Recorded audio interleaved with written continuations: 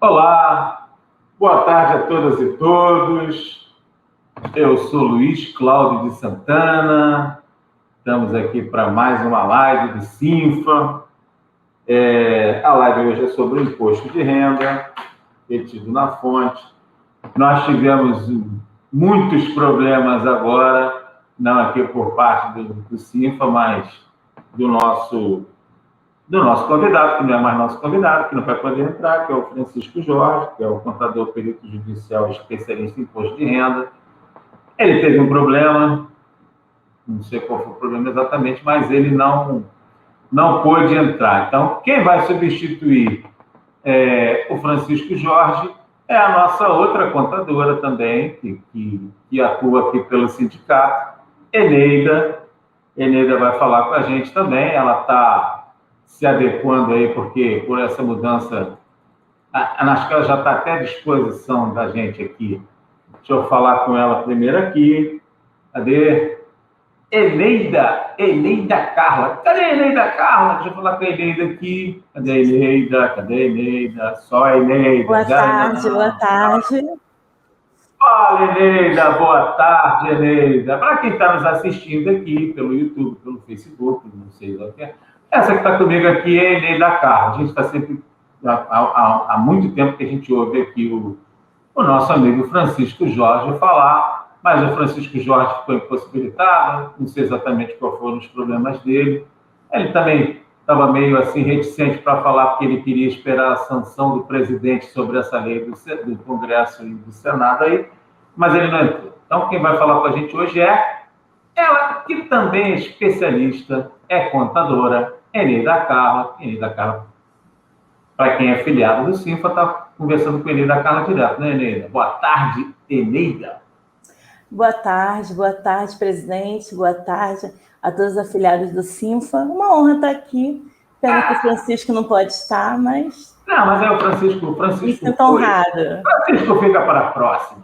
Ô, Eneida, a gente está montando essa live aqui por conta dessas questões. O primeiro foi a lei, que foi aprovada pelo Congresso, pela Câmara dos Deputados, passou para o Senado. Nesse meio do caminho, aí o governo soltou um decreto e a gente vai falar um pouquinho sobre essa questão. Antes de você falar, Eneida, eu vou chamar aqui o Zero, nosso jornalista Zero, que vai dar os últimos informes de Brasília e vai falar um pouquinho sobre essa questão dessa legislação que foi aprovada aí. Boa tarde, José Roberto Medeiros, o Zero. Saudações rubro-negras, Zero. Ele ainda torce para que time, Eneida? Botafogo. Por isso que a conexão do Francisco caiu. E olha que o Francisco é Botafogo, eu acho que não é Botafogo, mas tudo bem. Espero que a sua conexão não caia, Eneida. Você querido está com a gente. É de família, Vovó, mamãe, tá todo mundo bem. Todo mundo botafoguense? Minha avó, minha mãe, é uma herança. É uma herança. Eu recebi uma herança, entendeu? Então, não pude negar. Tá bom. Você vai lá. Zero, fala um pouquinho sobre essa questão dessa votação aí, Zero. Depois a gente fala sobre outras coisas, outros assuntos do Brasília, mas o que está interessante aqui é essa questão do imposto de renda. Houve uma modificação e aí houve uma confusão, que está havendo uma confusão aí, depois a Eneida vai explicar a gente sobre isso, porque a legislação, o Congresso, a Câmara, né, encaminhou um projeto jogando o imposto de renda, jogou o prazo final para julho, não foi? 21 de julho. Exatamente, presidente, exatamente. Na verdade, o projeto nasceu na Câmara, ele foi aprovado na Casa, seguiu para o Senado, onde foi modificado pelo Senado, e voltou para a Câmara, onde acabou de ser aprovado. Ele estende a declaração até o dia 31 de julho, porém, ele limita o parcelamento do imposto de renda até 6 parcelas no máximo, não 8, como é de praxe nas declarações. Mas a Câmara no primeiro momento botou em 8 parcelas também, né? O Senado que jogou para 6. Foi o Senado que modificou das parcelas a pedido do Ministério da Economia, né? Um pedido que veio lá de Paulo Guedes, Ministério da Economia, para não afetar a arrecadação da União, para garantir a arrecadação toda durante o exercício de 2021. Mas assim, aí é que entra a pergunta para a Eneida agora. E quem já fez a declaração de imposto de renda e parcelou em 8 vezes? Não vai alterar em nada. Para quem já fez e já parcelou em até 8 vezes, não vai alterar em nada, porque a arrecadação vai ser feita dentro desse exercício. Porque a primeira parcela vence em abril. Então, exatamente 8 parcelas. Então quem fizer a partir de maio... Que vai diminuir o número de parcelas. Diminui o número de parcelas? Exatamente, para que a última parcela fique dentro do exercício de 2021. E o decreto? Porque o governo também soltou um decreto. Sim, então, o que a gente tem é o seguinte: quando o governo soltou um decreto alterando o prazo para dia 31 de maio, o sistema já está sendo preparado para isso. Então, hoje a gente já tem um sistema preparado para até dia 31 de maio, tá? Com o parcelamento que o governo já tinha dado. Agora, sendo sancionado pelo presidente hoje, então vai haver uma nova modificação no sistema, entendeu? Mas isso não vai prejudicar em nada quem já fez a declaração. E a primeira parcela, o primeiro lote, né, do imposto de renda, vai sair no dia 31 de maio, não vai alterar nada para ninguém. Assim como foi no ano passado, que não alterou, mesmo quem fez a declaração depois, quem já tinha feito, recebeu normalmente, esse ano, pela legislação, vai ser a mesma coisa. Então, na verdade, as alterações, elas valerão para aqueles que começarem a declarar o imposto de renda a partir de maio. Para quem começar a fazer agora, assim que sair a alteração do sistema, é que vai valer. Enquanto não sair a alteração do sistema, de qualquer maneira, o afiliado tem que entender o seguinte: quanto antes ele fizer, melhor. Porque quanto antes ele fizer, antes ele vai receber o ressarcimento do imposto de renda dele. Né? A questão não é só o ressarcimento, né? Quem fizer em abril ainda consegue o parcelamento de 8 vezes. Também tem essa questão, porque, de repente, o afiliado ele quer parcelar em mais vezes, ele realmente não vai poder. No máximo, em 8 parcelas. Zé, aí é uma pergunta que eu não sei se você vai responder ou não, né? No momento em que o Congresso sancionar, quer dizer, que o presidente sancionar essa lei, qualquer um de vocês dois que puder responder, me responde. O decreto vai abaixo? Porque o decreto estende até maio. E eu acho que se estendesse até maio, já atenderia bem as necessidades de todo mundo. Mas aí o Congresso Nacional jogou até julho, jogou 2 meses. E aí, nesse momento, que aumenta... Presidente, é que ano passado estenderam em 2 meses o processo de declaração do ano passado por causa da pandemia. E como a pandemia estaria mais grave esse ano, eles acreditaram que estender em 3 meses, não 2 meses. Esse é o ponto do Congresso Nacional. E o projeto vai para a sanção do presidente. Ele sancionando, acredito que entre imediatamente em vigor. O que é que o presidente poderia vetar nesse caso aí? Tudo? O próprio projeto como um todo, até, ou dados do prazo, pontos específicos. Mas se ele vetar, volta para a Câmara, né? E aí a Câmara aprova ou não, se quiser, né?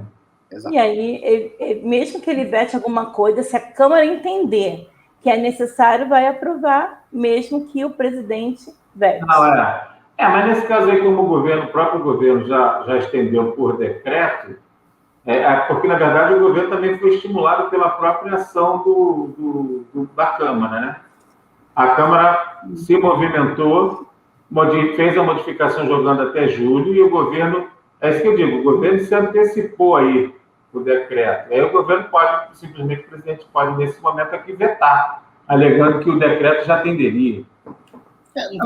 Na verdade, a discussão toda é com relação à arrecadação, né? Para você não mudar, não extrapolar o exercício.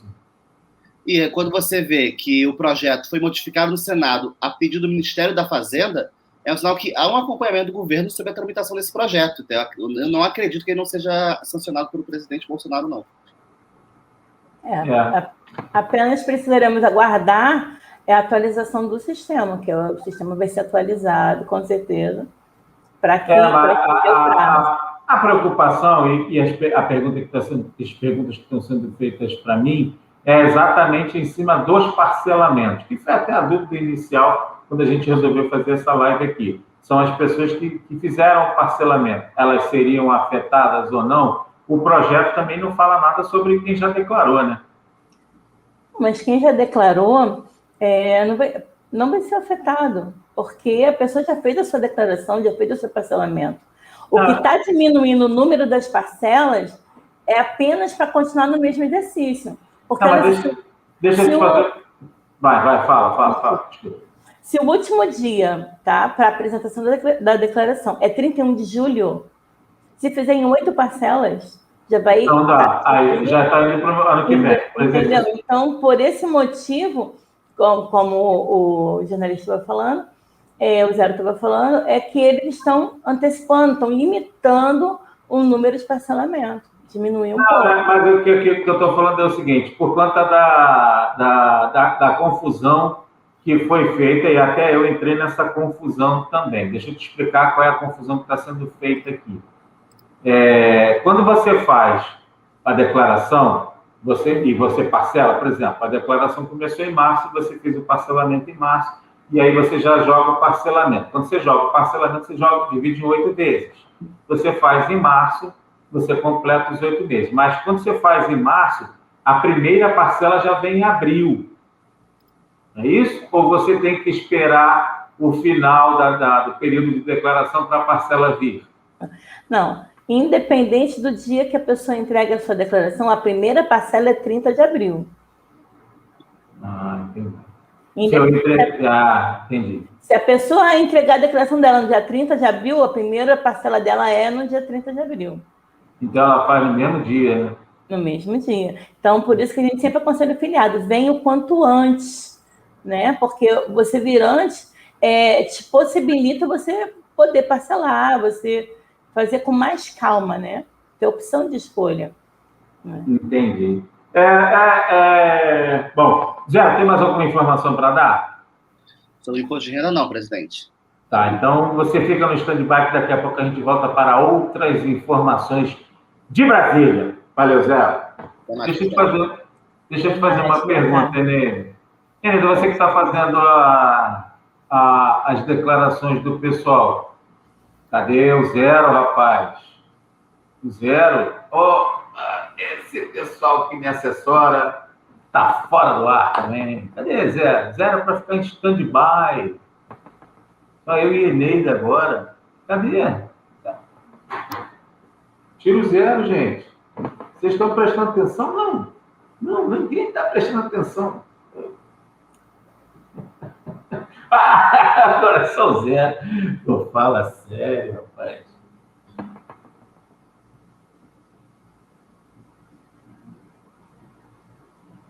Rapaz. Cadê a Eneida? Eu e Eneida. Vocês botam o fone de ouvido para vocês poderem ouvir direitinho. Eu e Eneida. Aê! Cadê? Estamos todos com sono, Eneida. Eneida, deixa eu te fazer uma pergunta. Você está fazendo as declarações do pessoal aqui. Qual está sendo a maior dificuldade que você está vendo das declarações que estão sendo feitas até agora? Ou não está havendo dificuldade nenhuma? Normalmente a maior dificuldade que o pessoal tem é de conseguir a declaração de bens, não. O informe de rendimento. O informe de rendimento. Até eu estou ruim também. O informe de rendimento. Fala, Nele.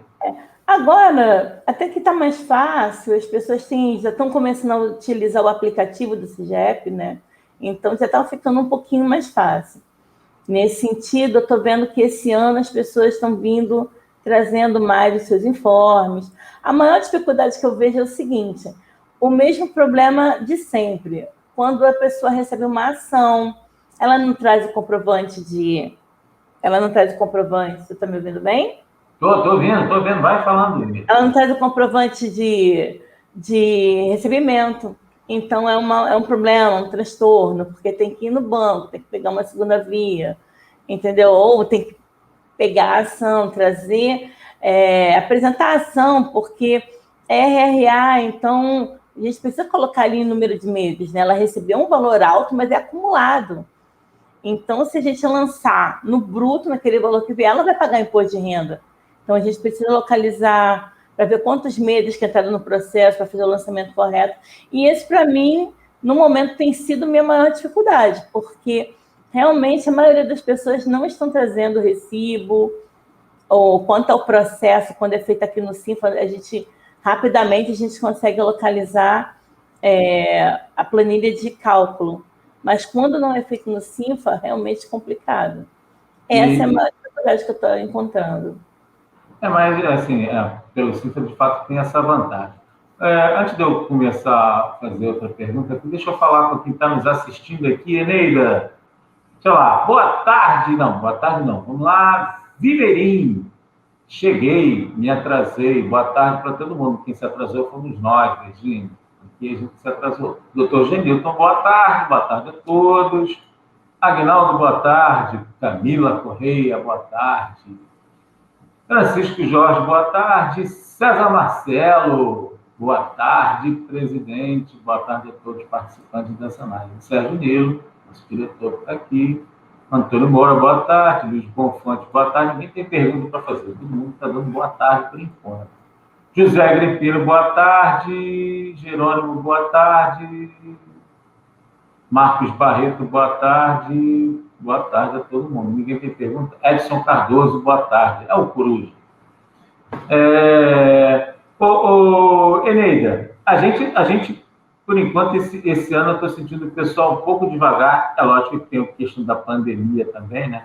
Que está deixando o pessoal um pouco mais acomodado. Eu acho que havia talvez até uma certeza de que a gente não... que o governo estenderia o prazo, né? Mas esse ano eu estou sentindo as declarações pelo Sinfa devagar. Você não está tendo tanto movimento assim, tá? Não, realmente está um pouquinho mais fraco o movimento. Acredito que a maioria dos nossos afiliados estão aguardando tomar a vacina. Porque a maioria das pessoas fala, hoje tomei a vacina, ou ontem tomei a vacina, e aí vem fazer a declaração, entendeu? O nosso público-alvo é uma rapaziada um pouco mais... a idade um pouco mais... Você vê que eu sou um cara novo, a Marinha, 56 anos, eu sou um jovem servidor do comando da Marinha, afastado para mandato classista, mas eu tenho 56 anos. Assim, a gente não teve muita renovação de mão de obra, então a galera está, acho que, esperando um pouquinho mesmo essa questão da vacinação, né? Mas, vamos ver. Deixa eu te fazer uma pergunta.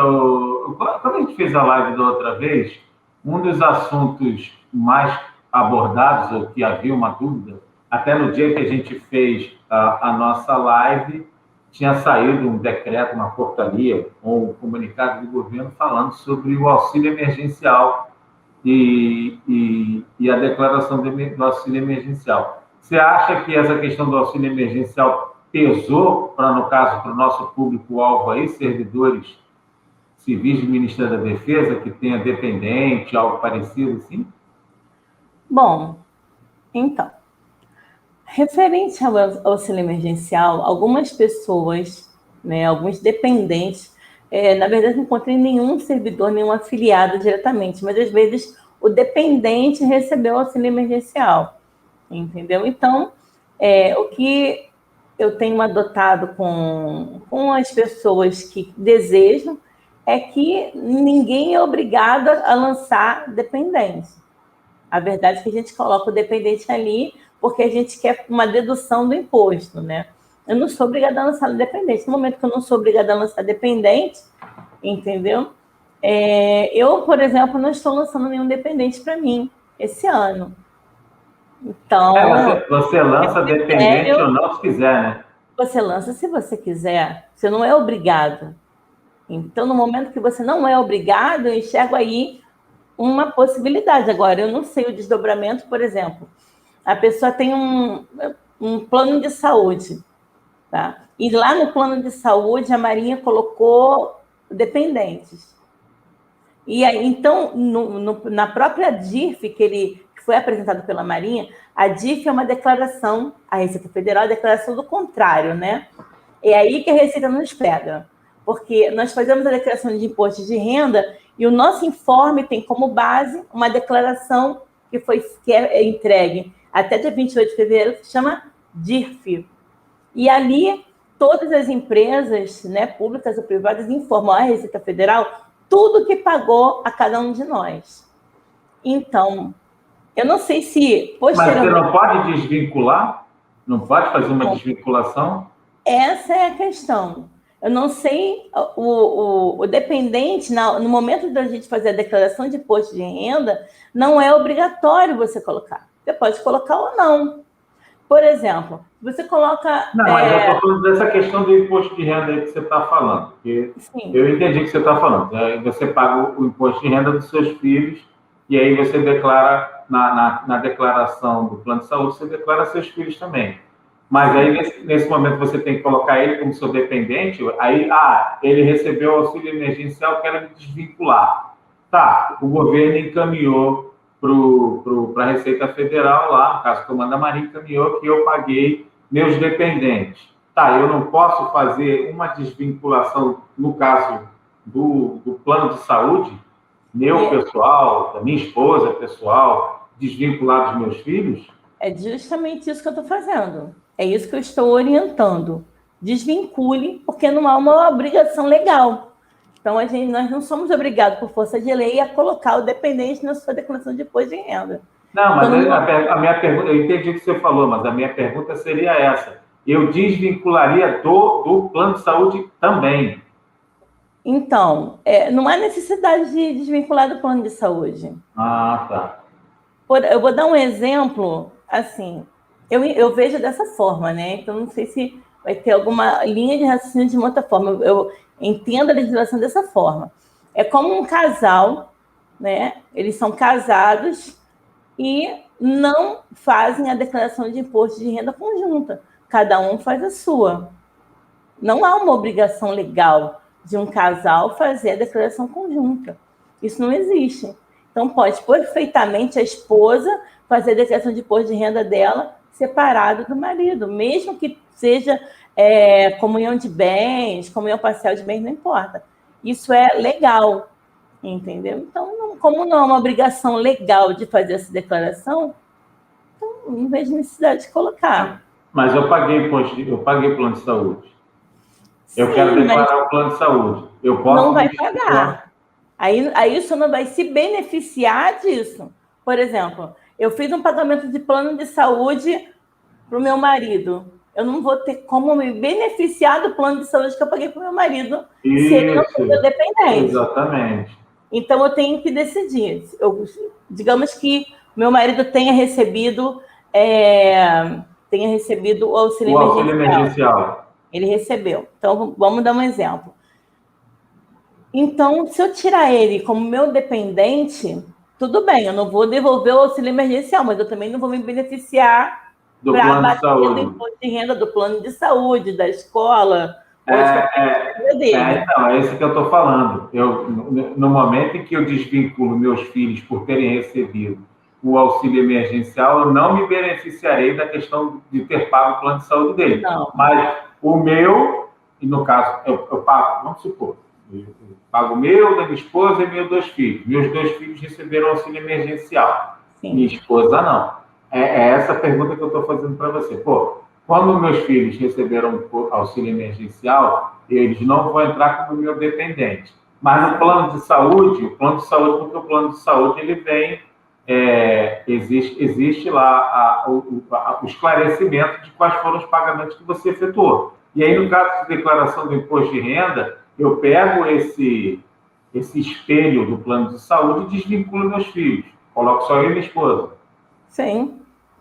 Sim, não vai se beneficiar também de nenhuma despesa, porque a pessoa deixou de ser dependente. Não, entendi. Então, qualquer lançamento referente a dependente que a gente faça a declaração de imposto de renda, a gente tem que explicar de qual dependente, a gente tem que vincular o CPF.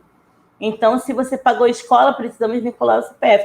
O programa, ele te obriga a isso. Ele pergunta quem foi o dependente. Esse plano de saúde, quem foi o dependente?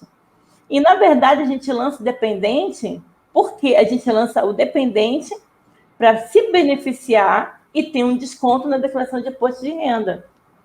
Então, aí cabe avaliar se vale a pena. A maior reclamação dos pais que colocam os filhos é por conta da ajuda que os pais dão para os filhos estudarem. Né? Pais que bancam ou faculdade ou alguma coisa do filho. Aí o filho se beneficiou do plano de saúde, a família não vai ter mais como declarar isso aí para ter retorno disso aí. Eu acho que foi uma covardia do governo. Né? Tem gente que, se tiver que assim, se declarar, perde menos do que se não declarar, entendeu? Exatamente. Então, aí precisa avaliar se vale a pena. Se vale a pena, realmente ela pagou um plano de saúde bem alto, dependendo do valor, é melhor devolver o auxílio emergencial e colocar como dependente. Então, vai precisar avaliar pessoa a pessoa, declaração a declaração. Entendi, mas é uma boa dúvida, porque essa questão do auxílio emergencial acabou sendo uma dúvida de muitas pessoas, né? Sim. Mas as pessoas precisam estar ligadas, né? Porque tem muita gente que paga. Eu, no caso, pago o plano de saúde dos meus filhos, né? Eu ajudo eles nessa situação, mas nenhum dos dois pegou auxílio emergencial, mas se tivesse pego, ia ser complicado. Inclusive tem afiliado que é pego de surpresa. Ele, pegou, ele nem sabe. Nem sabia, né? E temos ainda, presidente, uma outra situação, que eu até posso informar. Teve um golpe, realmente, algumas pessoas sofreram um golpe, que pegaram CPF, várias pessoas, não sei se ouviu algumas notícias, algumas pessoas sofreram esse golpe de... utilizar o CPF delas para pegar o auxílio emergencial. Exatamente. Então, entendi. Como resolver? O governo, inclusive, disponibilizou um link para, se alguém sofreu esse problema, entrar em contato por aquele link para reclamar, porque realmente entendi. É complicado. Tem gente que nem sabia. Desce um pouco aquela câmera lá da Eneida, que a Eneida está assim... Eu estou pegando muita coisa acima da Eneida. Desce um pouquinho para a Eneida ficar enquadrada legal. Vale. Deixa que a Fernanda vai, Eneida. Deixa eu te fazer uma pergunta aqui, Eneida. Tem gente perguntando aqui, isso é muito bom. Barbosa Santana, que é o doutor Rian. Boa tarde a todas e todos. Larissa Martins, boa tarde. Isabela Cristina, boa tarde. Ingrid Bernardes, Ingrid que está aqui hoje. Boa tarde, Ingrid. Luiz Bonfante pergunta, a pergunta do Bonfante é o seguinte, dá uma olhada aí, Eneida. Quero tirar uma dúvida. Em 2020, prestei serviço para uma empresa. Houve imposto retido e recolhimento previdenciário. No informe de rendimentos que a empresa emitiu, não informou o recolhimento previdenciário. Pergunta, posso declarar? O Bonfante, meu camarada Bonfante, ele é servidor aposentado e prestou um serviço para uma empresa. É isso, Bonfante? Se eu estiver errado, também me corrige aqui. Ele trabalhou, essa empresa fez o recolhimento previdenciário, imposto de renda.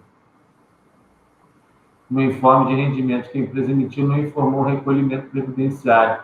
Ele deve declarar esse valor, mesmo se a empresa tenha informado a Receita? Ele tem que entrar em contato com a empresa, pedir a retificação da DIRF, da informação dele, porque a empresa deveria ter informado que teve desconto do imposto do INSS. Se ele fizer... Na verdade, é uma malandragem, deve ter sido uma malandragem da empresa, hein, Bonfante? Descontou de você, mas não declarou para... Pagou você a menos, alegando que declarou. Se ele fizer, com certeza, provavelmente ele vai cair na malha fina. Na malha fina, Sem ter certeza. O INSS deduz para imposto de renda. Então, qualquer valor que deduz para imposto de renda, se a gente mexer sem primeiro pedir a retificação, existe um risco de cair na malha fina. Bonfante, entre em contato com essa empresa aí que você fez, porque se ela descontou de você e também não informou lá, você cai na malha fina? Não, quem vai cair na malha fina é a empresa, né? Ou Não. ele cai na malha fina? Também, porque ele pode ser notificado da seguinte forma: ele vai ter um recibo, ele tem uma prova de que ele teve um desconto, mas mesmo assim vai ter o infortúnio, né, de ser chamado, de ter que apresentar documentação. O ideal seria realmente pedir para a empresa retificar a DIF e entregar para ele o informe de rendimento correto. É isso aí, Bonfante. Bonfante é meu camarada, justamente porque consultou o Sinis e não aparece recolhimento. Ele fez a consulta. Então o problema maior é você deixar a empresa numa situação, numa saia justa. Você, no máximo, vai ter dor de cabeça de ser chamado, como disse a Eneida. Bem disse a Eneida aqui. É isso aí, Bonfante. Bonfante, meu camarada Bonfante. Bonfante. Vai dar uma pesquisada aí, conversa com a empresa lá antes de verificar. Sérgio Nilo, o dependente que não foi relatado no imposto por ter recebido o auxílio. Como é que é? O dependente que não foi relatado no imposto por ter recebido o auxílio poderia lançar no ano seguinte? Entendeu a pergunta, Lu? Entendi. Então, esse ano ainda tem auxílio emergencial, né? Tem um pouquinho, então precisa a mesma coisa, precisa avaliar. Esse dependente esse ano vai receber auxílio emergencial? Porque pela legislação, a princípio, as pessoas seriam aprovadas, né? Já está saindo aí quem foi aprovado ou não. Então, se o dependente esse ano receber novamente auxílio emergencial, ano que vem é melhor não. Ou tem que avaliar, fala para o dependente, não receba, não saca o dinheiro, pede cancelamento desse benefício para não ser prejudicado, né? Entendi. Genilton Garcia, justamente, Genilton Garcia. Pergunta: despesa mensal com pagamento de plano de saúde abate no imposto de renda? Abate. Abate. Todo afiliado que chega com documentação, eu lanço tudo. E aí a gente vê como que ele vai receber mais. A intenção aqui é ele pegar, quanto mais dinheiro de volta ele pegar, melhor, né? Então, a gente lança toda a documentação, e se o melhor for o desconto de 20% deixar a declaração dele simplificada, é o que será feito.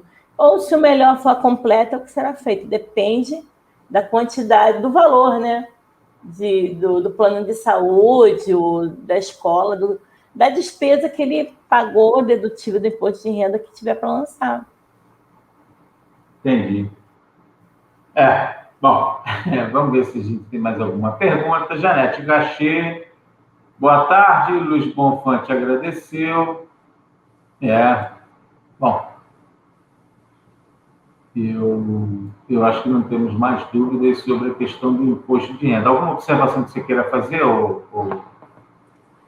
A minha observação é, afiliados, por favor, quem recebeu a ação, tragam o recibinho do banco. O pessoal não traz o recibo do banco. Aí chega aqui, eu tenho que pedir para a pessoa pegar a segunda via. Mas a pessoa tem que voltar no banco. Esse aqui é assim, quem recebe pelo Sinfa, você falou uma coisa bem certa mesmo. Como a gente tem o jurídico aqui e tudo mais, o pessoal do atendimento assessora você numa boa, dá para você levantar rápido, né? Mas quando você recebe uma ação de fora... A planilha é menos, mas o recibo do banco precisa realmente trazer... A gente até tinha conversado isso naquela primeira live que eu fiz parte, eu também participei. Realmente precisa trazer o recibo do banco. E o pessoal esquece. E a planilha de cálculo, e as pessoas esquecem. Realmente precisa. Porque nem sempre na sentença vem um número de meses que foi acumulado para dar entrada naquele processo. E aí, se a gente não lançar, né, o imposto a pagar fica muito alto. Sandra Joana trabalhou comigo no Arsenal. Cláudio, Meu salário está muito defasado, ou largo, né? Acho que é isso. O plano de saúde tem que reduzir em tudo para poder cuidar de mim. É muito preocupante. Está falando do plano de saúde ser caro, é mesmo. O plano de saúde está absurdamente caro, Sandra. E o pior é que a gente não consegue ter uma discussão pelo Sinfa de um plano específico nosso, né? Mas a gente não tem como fazer, né,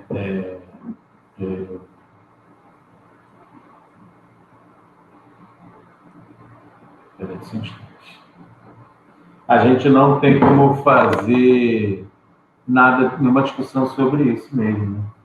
Mas não tem, se você declarar, né, você ainda tem você consegue deduzir o seu imposto de renda. Mas eu não acho que seja uma boa sair do plano de saúde. Mas, de fato, o plano de saúde estão caro pra caramba. Né? Bastante. Vamos lá. Bom, deixa eu falar aqui agora com a. Você tem algum trabalho sobre golpes na praça, ou Eneiro? Referente ao auxílio emergencial? Não, você falou sobre a questão do golpe, né? Eu vou entrar aqui agora. Vou entrar agora com a Gabriela. Cadê a Gabriela? Tem que falar para ver se. Isso. Valeu, Gabriela. Aqui com a gente hoje, para a nossa entrada semanal, ela que é a Gabriela Souza, mãe da. Esqueci o nome da sua filha. Maria Clara. Maria Clara. A Gabi é a mãe da Maria Clara. A Eneida falou aí sobre golpes na praça. Gabi, você ia falar sobre golpes também, né? Rapaz, a gente está recebendo um monte de reclamação de filiados, né? Toda vez a gente faz uma live, a gente vai de novo fazer uma nova live aí. Tem que entrar em contato com Fernanda Fonseca. Pô, meu time hoje está me largando na pista direto, cara. Eu vou botar uma faixa assim, olhem para mim, a Gabi, o Gabigol, hoje é dia de live. Fernanda, tem que marcar a próxima live com o meu amigo, Dr. Rafael.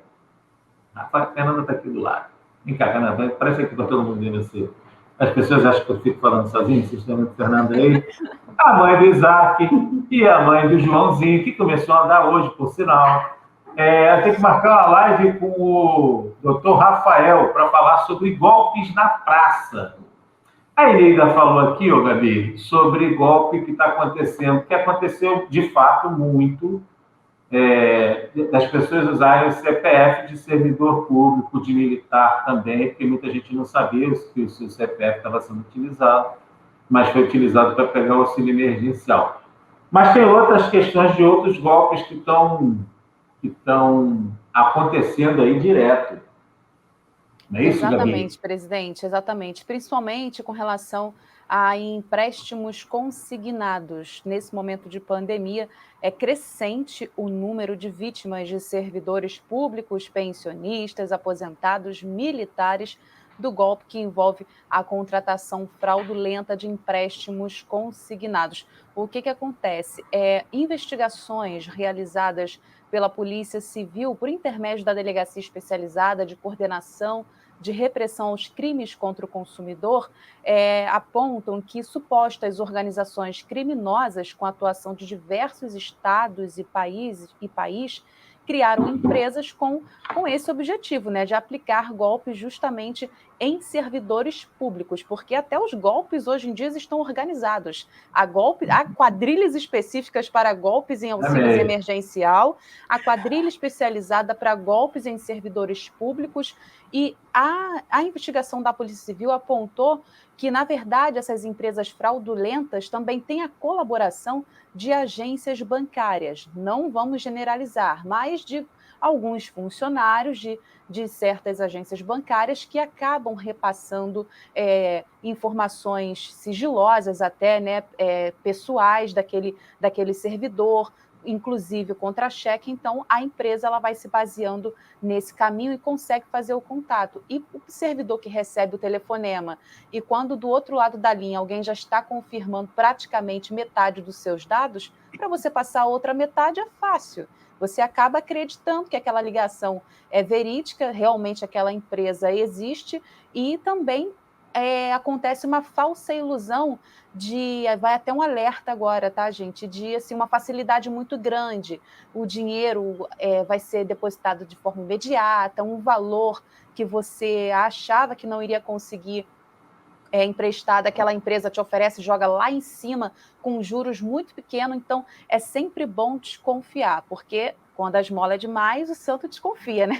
Se você receber uma ligação com muitas vantagens, tem que desconfiar, tem que fazer um contato direto com o seu gerente para saber se alguém do banco ligou, repassou. E outra coisa, o WhatsApp, segundo algumas orientações da cartilha do PROCON estadual, que também até lançou uma cartilha, a gente pode disponibilizar depois no nosso site oficial aqui do Sinfa, para orientar melhor os nossos filiados, jamais as agências bancárias vão entrar em contato com vocês pedindo dados pessoais pelo WhatsApp. Isso não acontece, tá? Recadastramento pelo WhatsApp. O WhatsApp hoje é uma ferramenta muito comum, a gente usa o tempo todo. E por ali acabam chegando também várias brechinhas para a gente acabar caindo em golpe. Uma delas, como a Eneida citou aí mais cedo, foi sim também do auxílio emergencial, porque antes mesmo, olha só que interessante, presidente, antes mesmo do governo federal anunciar que teria o auxílio emergencial, já tinha uma quadrilha especializada, tá, mandando mensagens para algumas pessoas oferecendo o auxílio cidadão. Esse auxílio cidadão já viria ali com valor específico para cada pessoa, mas para você receber, você teria que fazer o quê? Atualizar o seu cadastro. É aí que muita gente acaba caindo em golpe, nessa situação de atualizar o cadastro. Uma das pessoas que mais atende nossos filiados com essa questão de golpe é exatamente o Francisco. O Francisco até vinha fazendo um trabalho muito legal aí de orientar a gente sobre os golpes que tem na praça. E, normalmente, o Francisco fazia o atendimento e essa questão do advogado que cuidava dessa parte aí era o doutor Rafael. Inclusive, há exatos um ano atrás, nós fizemos uma live aqui falando sobre os golpes e os tipos de golpes que tinham na praça com relação a principalmente aposentados e pensionistas, né? Esses são o principal público-alvo, mas dificuldade financeira, até quem é da ativa embarca também. Sim, sim, às vezes a pessoa está precisando de um dinheiro urgente. Não. Agora, hoje a gente tem um problema, que essa coisa dos golpes se agravaram também por conta da pandemia, por quê? Vacinação contra a Covid-19. Também, na verdade, até a Organização Mundial da Saúde, a OMS, há pouco tempo atrás, divulgou uma nota dizendo que em nenhum momento a organização criou algum tipo de canal para pedir no caso, para a população atualizar cadastro para fazer a vacinação, porque também, como quando eu digo que tem quadrilha especializada, também tem um grupo que cuida dessa parte para poder mandar fake news pedindo para você atualizar os dados cadastrais para poder se vacinar. E isso não acontece, gente. Chegou o dia da vacinação, é simples, você vai levar um documento em mãos. Você jamais precisa passar ali pela rede social. Então, também aconteceu isso. Esse golpe é novo, esse eu não sabia, não. Mas é que eu estou falando para você fala de quadrilha, tem milhões de quadrilhas. As quadrilhas se especializam. E hoje elas têm até aval. O governo está aí querendo vender folha de pagamento para iniciativa privada. Isso aí é enxurrada de golpe. Não tenha dúvida de dessa situação. Entende? O governo que deveria se preocupar em blindar e proteger o servidor, não se protege e não blinda o servidor. Hoje até tem uma campanha muito interessante, e é do Itaú, né? Também que o Itaú, para mim, não é confiável, mas a propaganda que ele faz é excelente. Do servidor, da pessoa que vem andando assim, vê estampado na camisa do cara assim, os dados dele. Você viu isso? É do Itaú, né? Deve ser meu CPF, é meu meu RG. Aí o cara fala, pô, sou seu fã, só falta você gravar um negócio para mim. Quer dizer, que gravando é só aquilo que faltava mesmo para ele ter acesso a tudo seu, porque a sua voz hoje é o sim e o não, né? Tem até regras que você diz assim, quando você for atender o telefone desconhecido, nunca fale sim ou fale alô. Dá outro tipo de informação, mas se ele perguntar, o Luiz Cláudio está falando? Sim.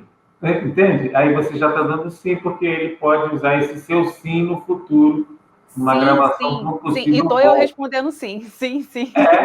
Já é um caminho, né? Para quem está do outro lado conseguir identificar alguma... Deixa eu te fazer uma pergunta aqui, Eneide. Deixa eu fazer uma pergunta. A pessoa sofreu um golpe, e aí pegou um dinheiro na praça lá, e a gente teve essa questão aqui, a gente tivemos até uma live com a participação do Dr. Cordovil, de um golpe aqui que foi extremamente absurdo mesmo. Entrar em contato com a pessoa, aí abre precedente, o cara recebe um valor para depois receber um segundo valor que ele nunca recebeu.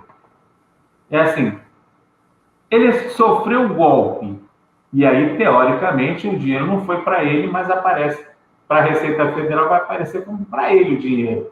Ele tem que declarar isso? Entendi, mas como que apareceria isso para a Receita Federal?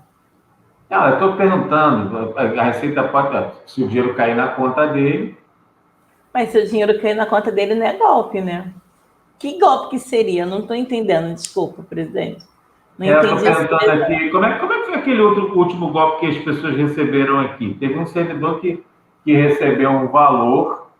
Como é que foi aquele último golpe? Me lembra aqui. Ele recebe um valor na conta dele. Lembra daquele que o doutor Cordovil fez? Sim, ele recebeu uma ligação de alguém informando que ele tinha direito a um processo, só que na realidade, e para isso ele tinha que depositar um valor. Só que na realidade ele não era o processo, era um golpe. O dinheiro que ele depositava era de um empréstimo que faziam em nome dele. Então faz o empréstimo no nome dele. Mas aí, o que ele ainda está dizendo é você só declara se esse golpe, na verdade, porque o golpe foi feito no nome dele, o empréstimo foi feito, mas o dinheiro não cai na conta dele. Sim. Não, a verdade é que... A instituição financeira não declararia? Mas se o dinheiro não... vamos lá. Se o dinheiro não caiu na conta dele, o que eu estou entendendo aqui é que, na verdade, ele pegou um empréstimo, né? Pegaram o empréstimo e o dinheiro que ele depositava, na verdade, ele estava pagando o empréstimo que fizeram por ele. Neste caso aí, não, ele não vai declarar, porque apareceria para ele uma dívida. Então, não tem o que declarar. Eu vou melhorar essa minha pergunta, hein? Eu não estou sabendo fazer a pergunta por conta de um golpe. Porque quando você faz um golpe, você pega dinheiro com alguém. Porque você está pagando. Sim, mas vamos lá. Digamos que... Não, mas eu entendi o que você falou. Eu não tenho como declarar se o dinheiro não caiu para mim. Mesmo que a pessoa vá até o banco e faça um depósito fictício, porque eu já vi esse tipo de golpe, a pessoa vai lá, pega um envelope, finge que está mexendo, mas coloca o envelope vazio. Mas coloca o nome da conta, fala tudo direitinho e coloca no banco. Então, ela tem aquele primeiro comprovante que fez um depósito. Já vi esse tipo de golpe também. Só que o dinheiro efetivamente não entrou na conta. Isso quer dizer que... Não, a gente teve um processo...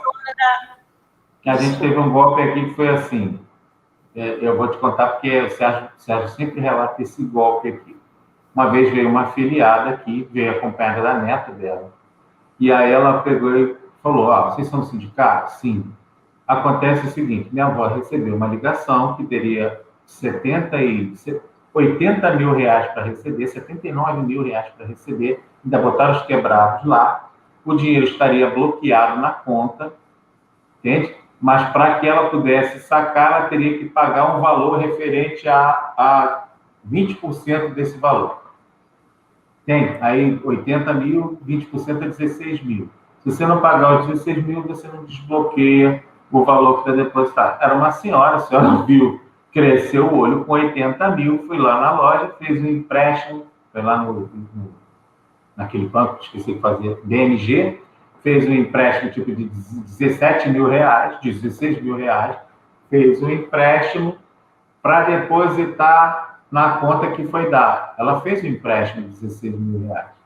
E aí, ela foi lá no banco, estava lá, bloqueado, 80 mil reais. Entende? E é isso que você falou. Se você chegar lá no banco, preencher um cheque com valor de 80 mil reais, cheque vazio, e depositar na boca do caixa, ele leva 24 a 78 horas, que quero dizer, ou então ele deposita um cheque sem fundo, e o cheque fica naquele valor até você entender. Mas enquanto o cheque não é compensado, o valor fica aparecendo na sua conta. Sim. Entende? Bloqueado, mas fica. Aí ela foi e fez um empréstimo. Mas aí ela estava tão nervosa, ficou tão nervosa, tão ansiosa, que ela passou mal. E neste passar mal, a neta falou, pô, que dinheiro é esse? É um dinheiro que você tem para receber do sindicato. Aí a neta, preocupada com a avó, falou, então, vó, vamos no banco. A lucidez veio da neta. Que bom. Nesse caso aqui, ela fez um empréstimo. Ela pegou o dinheiro e ela teria que declarar esse dinheiro? Não necessariamente, né?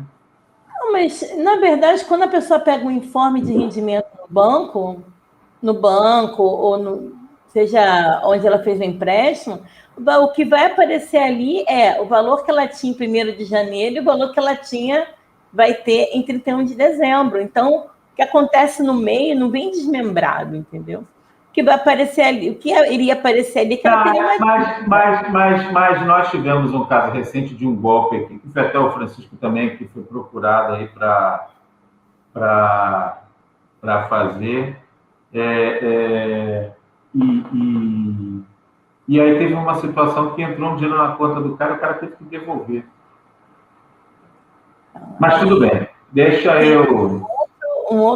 Aí é um outro desmembramento, porque se chegou a entrar o dinheiro na conta dele, aí é uma outra história. Né? Dependendo do título, né? Da forma que entrou esse dinheiro, realmente, ele teria que fazer um recolhimento de imposto de renda, mas aí é análise casa a casa, porque senão fica uma coisa assim muito, muito ampla. Todo o dinheiro de empréstimo tem que declarar? Não necessariamente. Toda dívida você precisa desmembrar, porque vai ficar sabendo qual o valor pequenininho. Era exatamente isso que eu queria saber aqui. Então, você não é obrigado a declarar empréstimo. Não, a princípio não. Por exemplo, se eu pedir... Vamos dar um exemplo. Eu vou pedir um informe de rendimento, a pessoa quer um informe de rendimento do banco e ela tem uma conta no Banco Itaú. Quando o Banco Itaú me mandar esse informe, ela vai mandar todas as informações, eu vou lançar normalmente. Ele tem um relacionamento com aquele banco ali. Agora, vamos dar um exemplo melhor? Digamos que essa pessoa fez um empréstimo no dia 2 de janeiro, vou botar, no dia 3 de janeiro ela fez um empréstimo e pagou esse empréstimo até o dia 30 de dezembro. Sabe qual é a informação que vai ver no informe dela? Nada. Por quê? Porque no dia 1º ela não tinha nada e no dia 31 ela não tem nada. Entendeu? Então, precisa analisar caso a caso. Entendi. Muito bom, Eneida. Gabi, mais algum golpe na praça? Você vê que veio um golpe que os sindicatos tomaram no governo? Os sindicatos abriram uma possibilidade dos filiados irem lá no SIGEP e dizerem assim, eu não quero mais pagar empréstimo consignado. E aí iludiu os filiados a clicarem no botão e tirarem o empréstimo consignado dos seus contra-cheques. Na verdade, não saiu empréstimo consignado nenhum, só a consignação do Sinfa. Aquilo foi um golpe. Que os sindicatos tomaram. Uma oferta muito vantajosa, é bom sempre desconfiar. Você vai tirar o desconto assim e você também continua tendo o serviço, como é que funciona isso? É bom sempre desconfiar. Agora, eu tenho mais 2 golpes na praça aqui para destacar, presidente, porque também em tempos de pandemia, a gente acabou adaptando mais a moda delivery, né? Pedindo mais comida em casa. E com isso também estão surgindo mais golpes da maquininha quebrada. Toda vez que vocês receberem algum pedido em casa, alguma pizza no final de semana, algum lanchinho, é sempre bom certificar se a maquininha do entregador está certinha. Por quê? O golpe da maquininha quebrada, ela tem a tela meio quebradinha, sabe quando a gente deixa o telefone cair no chão e fica aquela tela meio arranhadinha ou então meio quebradinha mesmo, mais a película, então o valor real do que você deveria pagar, você acaba sendo lesado. Às vezes colocam um outro valor e na pressa, porque você quer logo pegar também a sua encomenda, quer subir, está todo mundo esperando, enfim. Você digita a senha ali do seu cartão de débito ou crédito, enfim, e você acaba pagando um outro valor. Então esse é o mais novo golpe da praça, também conhecido como o golpe da maquininha quebrada, da tela de maquininha quebrada. E também plataformas de filmes. Quantos anúncios você não já recebeu esse ano? Até mesmo o presidente deve ter recebido de... assista por 1 mês grátis, porque hoje em dia a gente, né, as TVs por assinaturas mesmo falaram que estão perdendo um pouco mais por conta dessas outras plataformas disponibilizadas por aplicativos que a gente pode ter acesso a alguns filmes, mas também tem o golpe da plataforma de filmes gratuita por 1 mês, porque ali você automaticamente coloca o seu e-mail, coloca o seu telefone, coloca o seu CPF, então é sempre bom ficar atento. E para a gente fechar, só mais um golpe aqui, que é o golpe da solicitação. Vamos fechar com mais um golpe. Não, eu não vou dar golpe em ninguém, gente, pelo amor de Deus. Mas não, aqui ninguém dá golpe. A solicitação de downloads. Vive aparecendo para a gente, às vezes, uns íconezinhos de downloads para a gente baixar. Gente, só de você, às vezes, receber um telefonema e confirmar o código que vai por SMS, às vezes tem empresas que falam assim, pode confirmar para mim o código que foi, dali quando você confirma, automaticamente eles já conseguem, através de um software, conseguem resgatar dados do seu telefone. E agora também um alerta para quem usa TikTok, tá? Os fãs de TikTok. O TikTok, lá fora, voltou a ser avaliado, há um tempo atrás, na verdade, estava sendo avaliado, porque também outras empresas estavam investigando esse aplicativo, dizendo que ele poderia roubar dados pessoais. Portanto, é que aqui no Brasil ele continua liberado, mas lá fora já está tendo algumas limitações.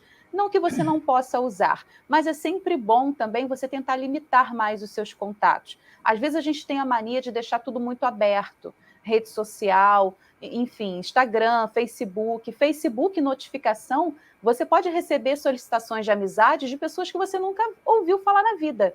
Quem não já recebeu? E por ali também podem ter perfis ligados a empresas que estão ali só para poder roubar os seus dados. Então, sempre bom certificar as suas redes sociais, limitar um pouco mais os contatos, não deixar tudo muito aberto e desconfiar sempre de qualquer oferta muito vantajosa e milagrosa. E qualquer dúvida, ligue diretamente para a sua agência bancária, porque não é normal nenhuma agência pedir através de SMS ou pelo WhatsApp dados pessoais. O gerente que deve fazer o contato com você.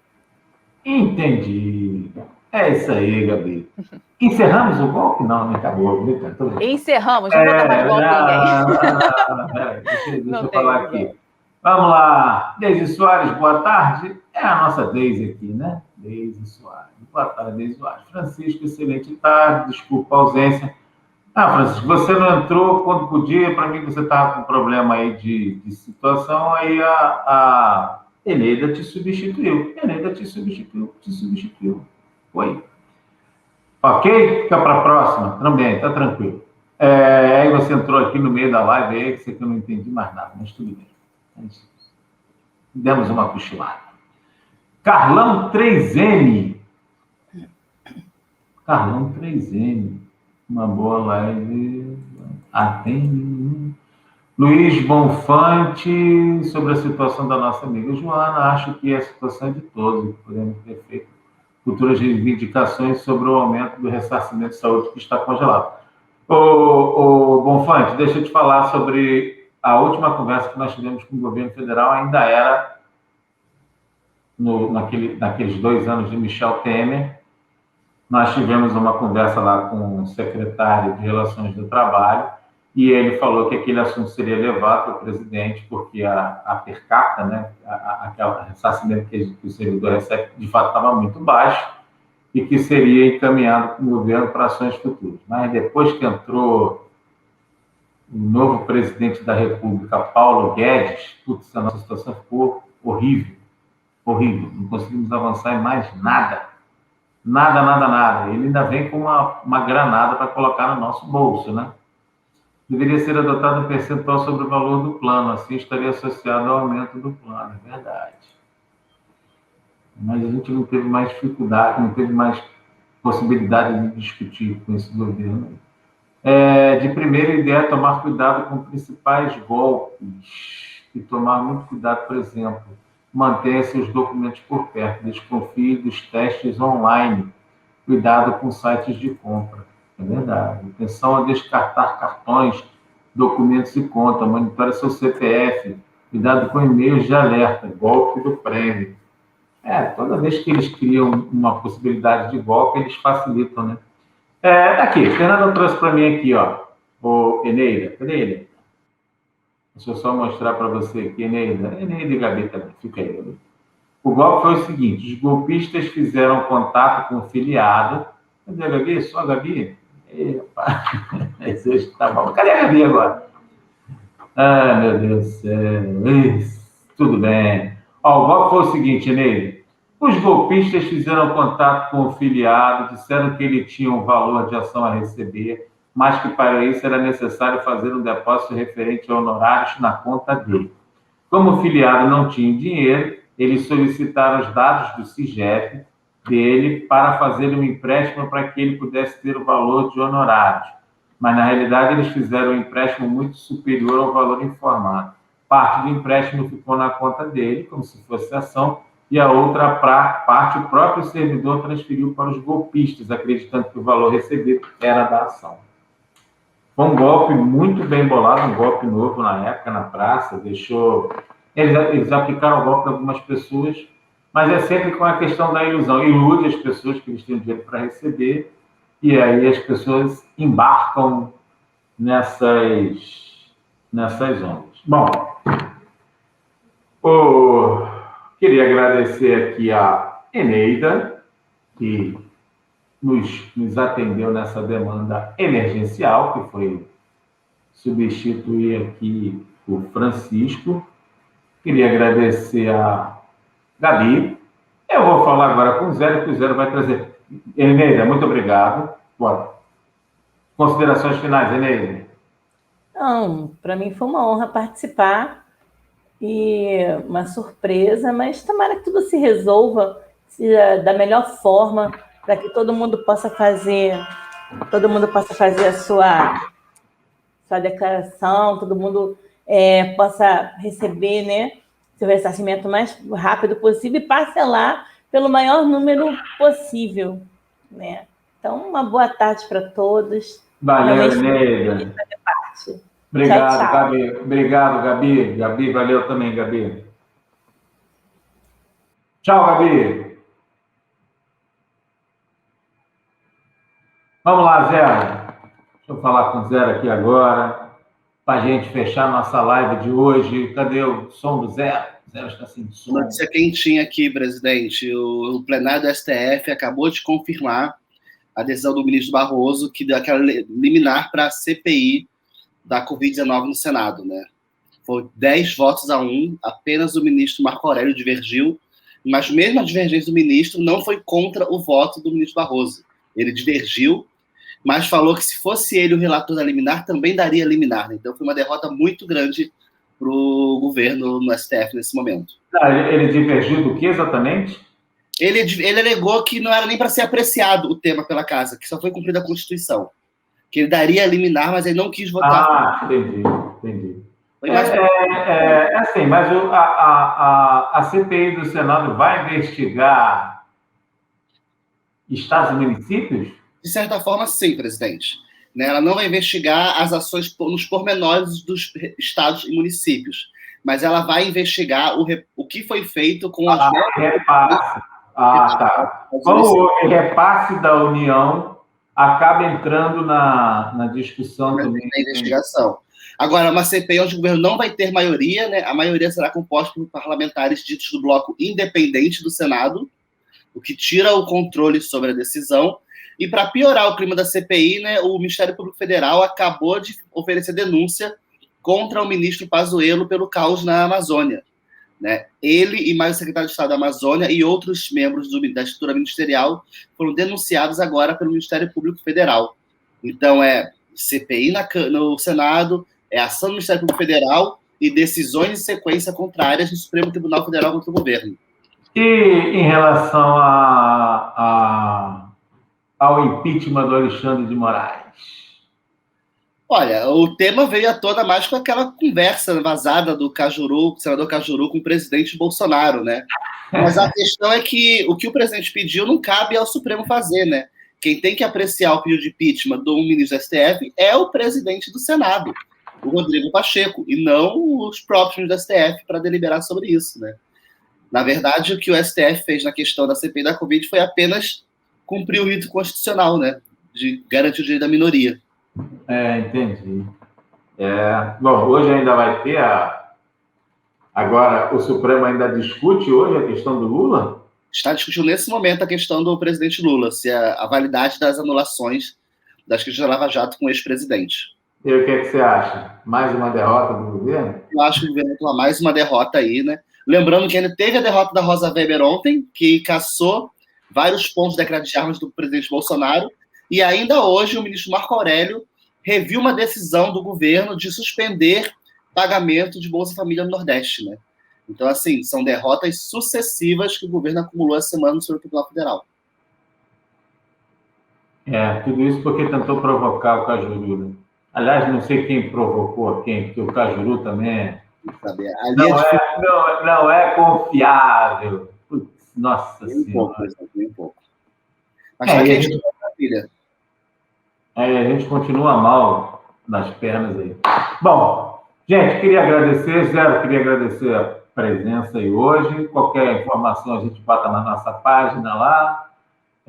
Obrigado aí pela participação. Valeu, Zero. Alguma notícia mais de última hora? Só isso por vocês. Só isso tudo. Não, tem uma notícia de última hora para você, que é flamenguista como eu. O Flamengo foi campeão no basquete. Campeão da Continental, bicampeão. Campeão das Américas. Estamos bem, né? Bem. Valeu, Zé. Obrigado aí a você. Obrigado. Obrigado a todo mundo. Obrigado a todos que estiveram nos assistindo. Então, só lembrando para você que está nos assistindo pelo Facebook, dá uma compartilhada. Se você nos assiste pelo Facebook, aproveita, vai lá no YouTube, deixa seu like. Se você não é inscrito no canal, se inscreve no canal, dá uma moral para o Sinfo aí. Se você está nos assistindo pelo YouTube, deixa seu like, compartilha, manda para os amigos, vamos tentar dar uma valorizada no canal do Sinfa e até a próxima live, tá? A live da semana que vem, a gente não decidiu o que é que vai ser ainda, mas vamos fazer a live. Guarde que toda quarta-feira tem. Gente, forte abraço a todos vocês, muito obrigado pela audiência e até a próxima. Forte abraço!